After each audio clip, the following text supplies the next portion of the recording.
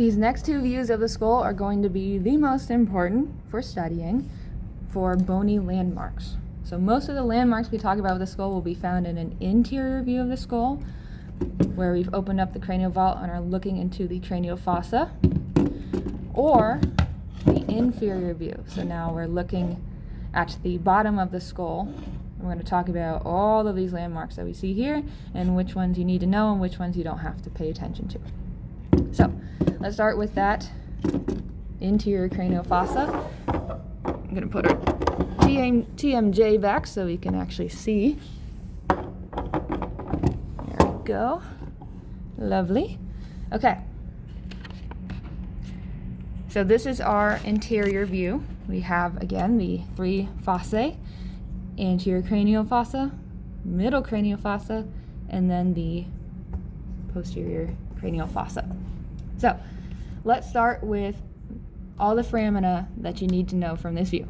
And it's very important that you ingrain this now, because we are going to come back and talk about them when we get to the cranial nerves. So up top, we have our cranial foramina. These are going to be the openings for cranial nerve number 1, which is our optic nerve. Those are part of the ethmoid plate, or the cribriform plate, as some people say.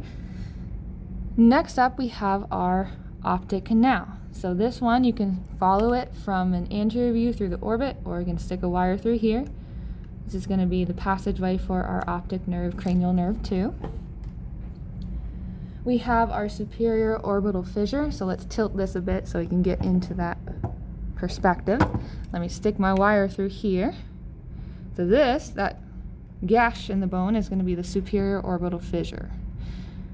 Okay, it's a little hard to see on the camera, but when we practice, when in doubt, stick a wire through it and see where it comes out anteriorly.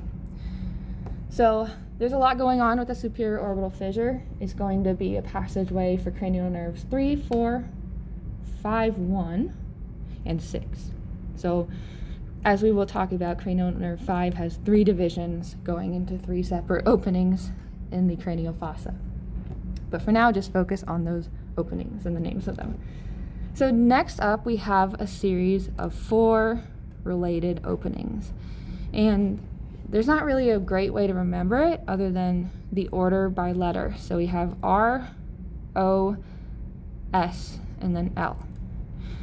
So what the heck does that mean?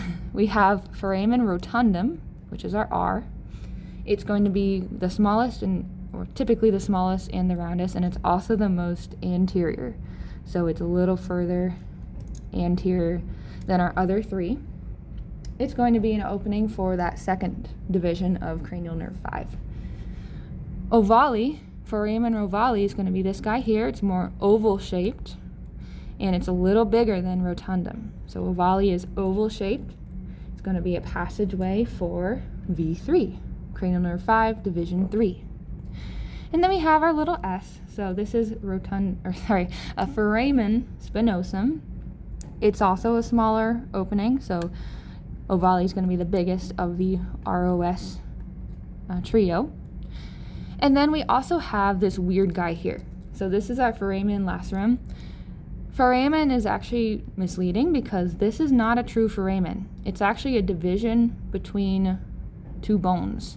So it's going to be separating our sphenoid bone from our temporal bone. And so that's not a true foramen.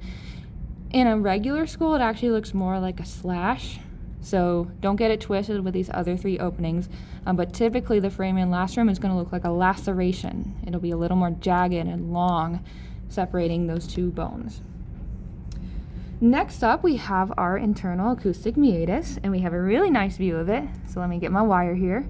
We're going to come in here, and this is our internal acoustic meatus. So if you remember from that lateral perspective of the temporal bone, this is the internal counterpart for our external acoustic meatus, forming a nice passageway for our auditory canal and auditory tube. A little further inferior, we have our jugular foramen, foramen magnum, and hypoglossal canal.